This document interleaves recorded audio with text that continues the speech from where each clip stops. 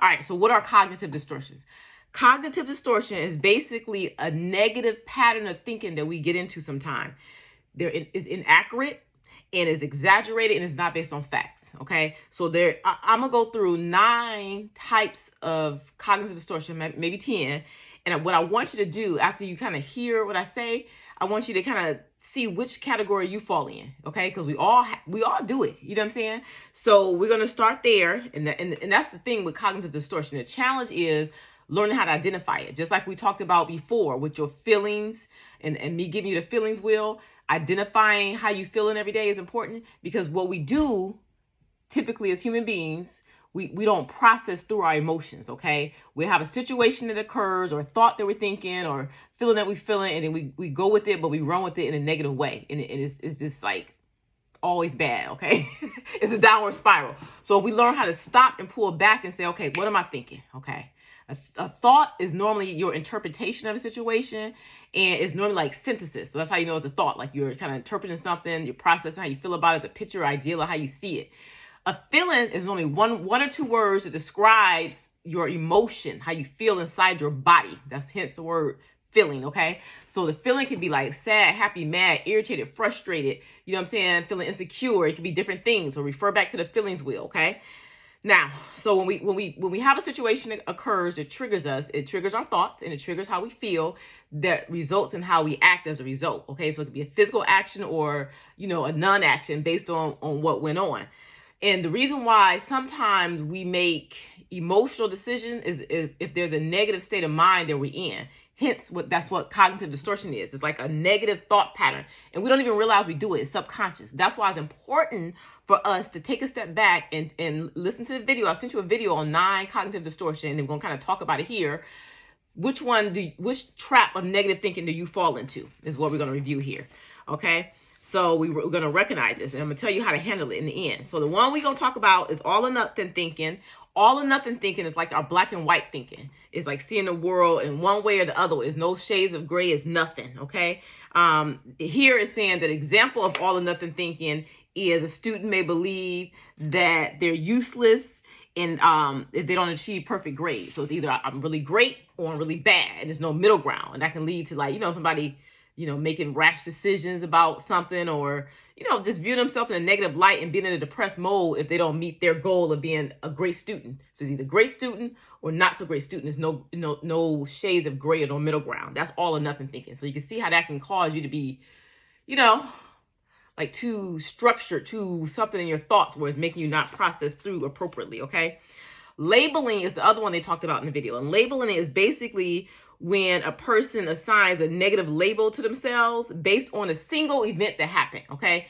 And it's funny because in the video they say, let's leave labeling to jars. So it's like you label yourself. Sometimes people label other people. You know, I think when people label people, sometimes that can be called name calling, like calling people names. Like you just irritate, or you just frustrate. You know what I'm saying? Don't do that, because it puts them in that box. And sometimes people can label themselves as worthless or not enough, and that negative self-talk really becomes self-fulfilling. Whatever we tell ourselves, we believe. That's why they say it's important to speak positivity into your life, seeing positive affirmation, like, oh, I may not have done great on this test, but guess what? What I learned from this is I'm going to study harder next time, and next time I'm going to do better. You know what I'm saying? It's different things you can say. I can do all things. I mean, it depends on if you're religious or not. I can do all things through Christ Jesus who strengthens me. That's my mantra when I'm like overwhelmed. So instead of like, oh my God, I can't do this, I'm a failure, because I get in that mode too, because a lot of people are perfectionists. You know what I'm saying? We have type A personalities, but you get into that, like, if I don't do this, then I'm a failure. Then that kind of puts a lot of pressure on yourself. There's a lot of negative energy just in your mind, in your heart, and you don't want that. So we just learning how to reframe, and that's what we're going to talk about next week. But reframing, like the way we're thinking about it. But the first step is looking at what we do. If we can identify how we process through things, then we can't solve it. So it's taking, like, just like if we can't identify our emotions, we can't really express how we feel, because a lot of our emotions comes from our feelings, you know? So learning how to label things. So the first part with the emotions wheel, that's identify emotions, how you feel in your body. And this cognitive distortion is how we think of ourselves in our mind, okay? So labeling is another one. The other one is mind reading. So this is when you assume that you know what the other person is going to say or do, and most time the thing they're going to say or do is probably negative. Okay, so you might assume a friend's upset with you because maybe they didn't respond to your text message in the time frame you wanted to. So you assume that, and it's like you go to a negative downward spiral. Oh my God, they probably mad at me. What did I say wrong? Maybe I shouldn't text it that way. So you go down, down, down, down. So it's like a technique that I can teach with this, and we will learn it later too. But just for me to say it now is learning how to put a visual stop sign up in your mind. Imagine for real a stop sign. I think stop sign is red with the white letters STOP, and make yourself stop and like refocus and say, okay. Remember we talked about alternative ways of thinking? Like, you remember we went through the cognitive triangle, and we had this idea of what we thought, and then what's a different way of thinking? Using that Socratic questioning to like be more evidence-based. Like, well, maybe she's having a bad day, or maybe she's busy with her schoolwork, or maybe, what I'm saying? Maybe her phone ringer is off. Like different ways to kind of calm your thought process down from going down a negative spiral. Because once we go down a negative spiral, that's what it is. And it makes us project negative energy, because how we feel, we project that energy to the world. So that's why it's important. You know how they always say that people should learn how to forgive people when they are wrong by somebody, and when they forgive people, it's not for the person, it's for yourself. That's true, because we hold on to negative energy like that when we can't release it. And a lot of times it's not like what the person did, it's how we perceive the situation, our thought, our interpretation of the situation. So learning how to give people the benefit of the doubt and think of a better reason why something could have happened instead of the worst possible case scenario. Okay. All right. So the next one is fortune telling, is when we predicting something, but we predicting something that a negative thing is going to happen as a result from it. Like if there's turbulence on the plane and we think, oh my God, the plane's going to crash. You know what I'm saying? Or students think they're going to fail the exam before they even take it. So they focus on their fears instead of empowering themselves. That's like fortune telling. Okay. The next one is catastrophizing, where you're exaggerating the negative outcome, assuming the worst case scenario. So example of that would be a person's afraid of public speaking, and then they forget their lines. So you're worried about the negative thing happening, and basically you manifest the negative thing. You know what I'm saying? So you got to just change your mindset. All right. So the other one they talked about was mental filtering, where it focuses on the negative aspects of the situation and it filters out everything that's positive about it. Okay. So let's say if you receive a B- on a test, you filter out the positive aspect of like what you did right, and you kind of focus on the negative one. That's mental filtering. Okay. The next one is discounting the positive. So it's basically when you receive, let's say you received a good grade on the test. I keep using test stuff, and instead of saying, oh my God, I studied so well, I did great, and give yourself props, you might say, I was just lucky, or I just happened to work well that one day, not giving yourself credit, what credit's due. Okay. Then there's emotional reasoning, where a person's emotions dictate their interpretation of reality. So basically, if you're angry, you kind of projecting. So you go talk to somebody else, and then you feel like they didn't respond how you want to respond. So you're like, oh, they were so irritated and mad at me, they couldn't see it. But maybe that's your anger that you're projecting, because how you feel on the inside, your reasoning becomes like, that's the world. That's how the world is type thing. Okay. All right. Next, we have should statements. And my little thing for this is stop shoulding on yourself. Stop shoulding, SHOULDING on yourself. Okay. So it's a thing where you might say, well, I should have did this. I should have did that. Looking back in hindsight with situations like that. And then, it just makes you feel like bad. Like you judge yourself for what you didn't do. You can say, maybe next time I'm going to try this. Like change your verbiage. Like actually saying it, change your verbiage helps to make the situation different. Okay. All right. So those are all cognitive distortions. And I want you to identify which one you think you do sometime. And it's way more cognitive distortions, but I don't want to be all like extra with it. So we just did like a few to kind of give you an idea. So we get like catastrophizing, which is believing a situation is much worse than it is. Let me show you this. Hold on. So we catastrophize, and we probably didn't do all of these. Believing a situation is much worse than it is. Shoulding, assuming that we ought to be the way that we should have did this, should have did that, or a person ought to be the way that you want them to be. We got fortune telling, which is thinking that we can predict the future. We got black and white thinking, or all or nothing thinking is what I think they called it. Seeing a situation in terms of like, is either all this way or all that way. You know what I'm saying? Working out this way is either right or is wrong.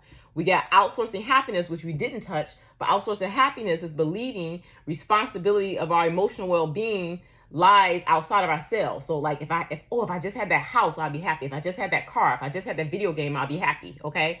We got discounting the positive, which we just talking about. So you're dismissing evidence that goes against our negative thoughts. So, like you got a B minus on the test, but instead of giving yourself credit, you're gonna look at what you did wrong, or if you had an A, you like, it's just luck, like summing it up. We got overgeneralization. We're assuming every single outcome applies to every situation. I don't think we covered that one. But people are always irritated. People are always judging. People are always doing that. You know what I'm saying? You overgeneralize. Everybody don't always do this. The way we use our words, always. Don't. That's overgeneralizing situations. Okay. We got emotional reasoning. We're using our own feelings as a basis to how we see reality. Okay. So if we're upset, we think everybody in the world upset. Or, what I'm saying, we judge people, we kind of think the other person judging us. Okay, it's almost like projecting. We got personalization, where that's the thinking something is about us when it's not. And we didn't even go over that. That's like you could be in a room, like let's say in a cafeteria or something, and you see a group of kids over there laughing, they might be looking at you, and then you might think, oh my God, they're talking about me, which they could be. It's a possibility they could be talking about you, but they could be saying something positive about you too. But you're saying, you're taking it personal, and you're taking a negative route to it. So if I was a girl and I saw this boy looking at me, he's smiling or saying something to his friend, maybe he liked me. Maybe he want to come over and say something to me, but he's nervous and trying to make eye contact. But if I was thinking negative, I had a cognitive distortion about it, I would be like, dang, why he looking at me? What's wrong with me? Something on my face? You know what I'm saying? Okay. So mind reading, believing that we know what someone else is thinking, but in a negative way. Like, he really just he judging me, or this is this. You know what I'm saying?